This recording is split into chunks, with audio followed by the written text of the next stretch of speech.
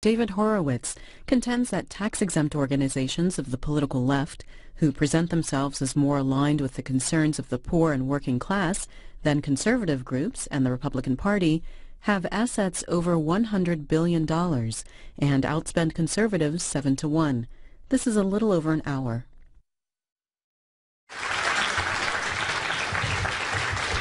Thank you. I want to begin by thanking C-SPAN and Brian Lamb for filming this lunch and presentation. You'd have to be a conservative author to know this, but the media world is so dominated by the political left, which can't abide two sides to a conversation, that there are really only two outlets for a conservative author that would move a book significantly up the ratings lists, and one of them is a Fox News channel, and the other is C-SPAN. You also may not know this, but Brian Lamb is a Nixon Republican. In fact, he was an operative in the Nixon White House who was sent by Nixon to try to get the PBS to observe the letter of the law that created it and be fair, objective, and balanced in current affairs programming, and failed. So he formed C-SPAN, which is funded by cable companies. That's the only way you're going to get fairness in our universe here. When I look at the debates that dominate our political landscape, I'm struck by the way in which the abuse of language plays a major role in shaping the outcomes. Defenders of liberty appear on these political battlefields as conservatives, which implies that we are defenders of the social status quo. Yet, in fact, we are the party of change and reform. We are the party that wants to stop the cancer of government power, which is rapidly eroding the freedoms that were bequeathed to us. We are the party that wants to rein in the nanny state, protect the integrity of the ballot box, remove race categories and race preferences from our institutions and laws, end the march to socialized medicine, and promote educational choice for the poorest children in our schools. It is our opponents on all of these battlegrounds who have created the increasingly collectivist and oppressive status quo. It is they who have reinserted the categories of race into our lives and into our laws and institutions, who have put half the country on the government payroll and are eager to put the other half on as well. Nonetheless, in the reigning political lexicon, it is they who are called liberals, Democrats, and progressives, even though they are none of the above. Liberals are not liberal at all. They're intolerant, bigoted, and rude, and full of hate, particularly for us. If we seek race-neutral institutions and colorblind laws, they call us racist. If we point to the threat posed by Islamic fanatics, they call us Islamophobes and bigots. The only attitudes our opponents hold that could reasonably be called liberal are the sympathies they exhibit for domestic criminals and illegal aliens, for the perpetrators of voter fraud and the denigrators of religious faith, for the thuggery of government unions and the anarchist mobs that seek to reverse election results they don't like. Like the communists before them, liberals know what's good for us and are eager to control our lives to make us better. No more big gulps or incandescent light bulbs or untaxed lemonade stands. This all reflects the reality that others are too polite to mention. Inside every liberal is a totalitarian screaming to get out.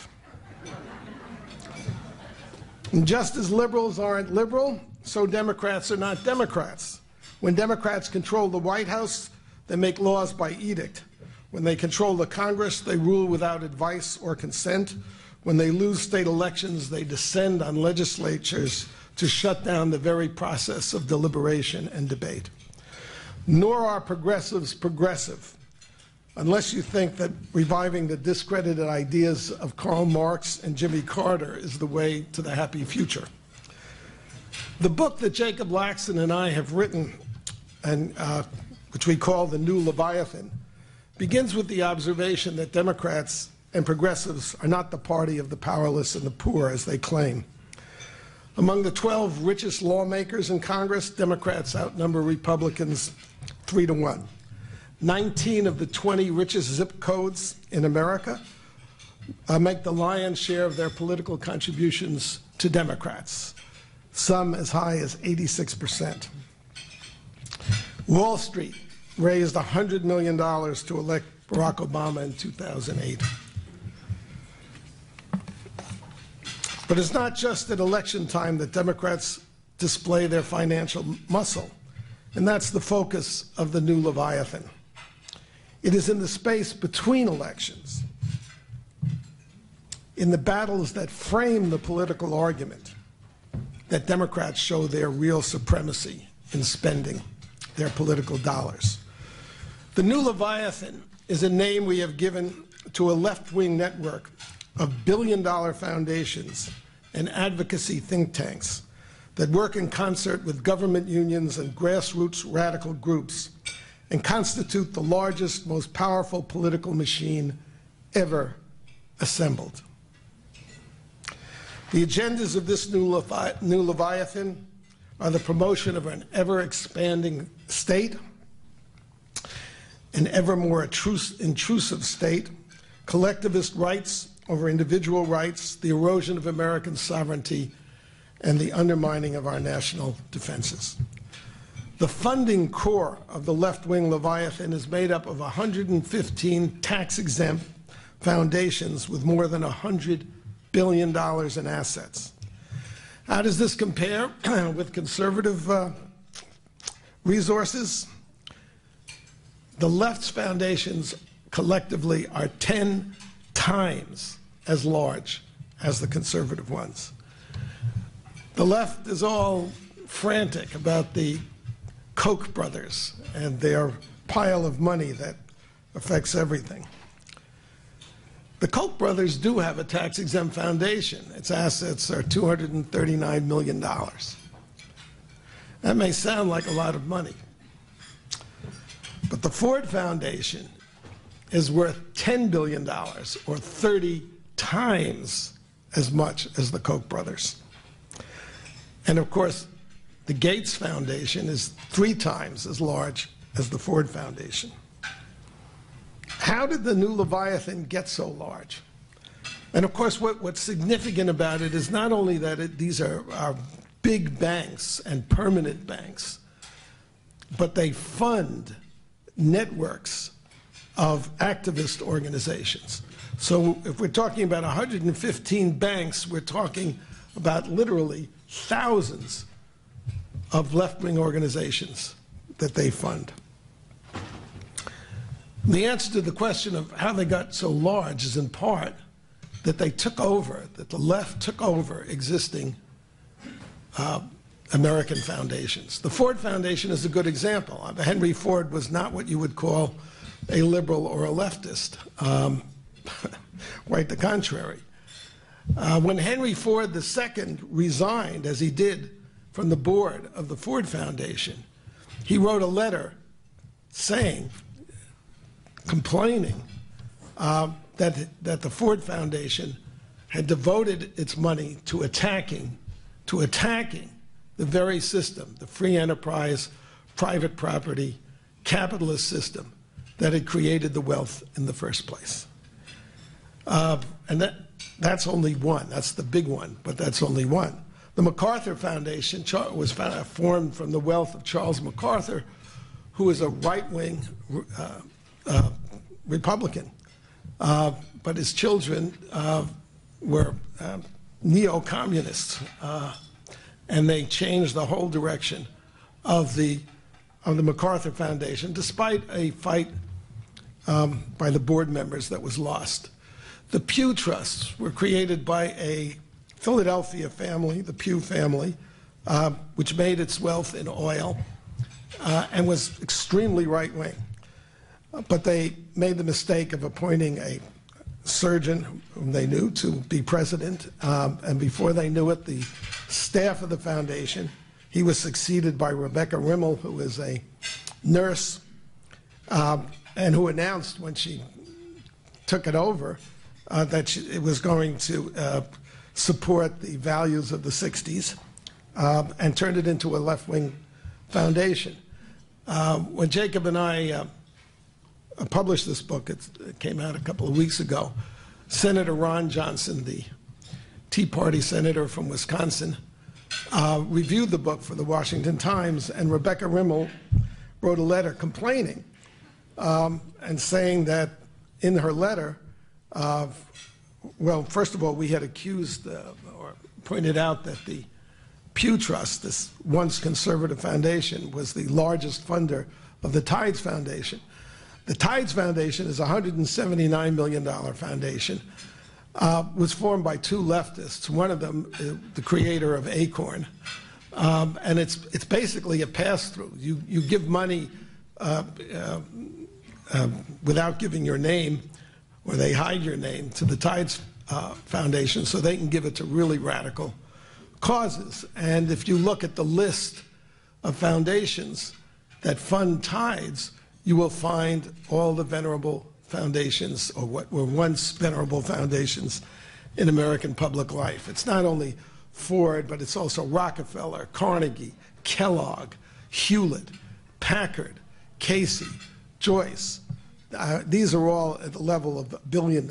And I haven't even mentioned the Soros Foundation, which is twice as big as the biggest conservative foundation. It's $1 billion foundation. I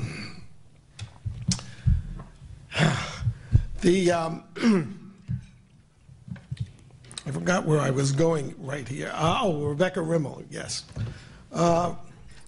So she complained because we said they were the largest funder of Tides. She said, well, we haven't funded Tides in 10 years, not since 2002, except for a $400,000 grant for dental whatever, charity. And she said, we haven't deviated from the views of the founders. And when I read this, I said, think of the arrogance of lying so brazenly when you could just go up on the web and find out that she's a liar. The Pew family complained.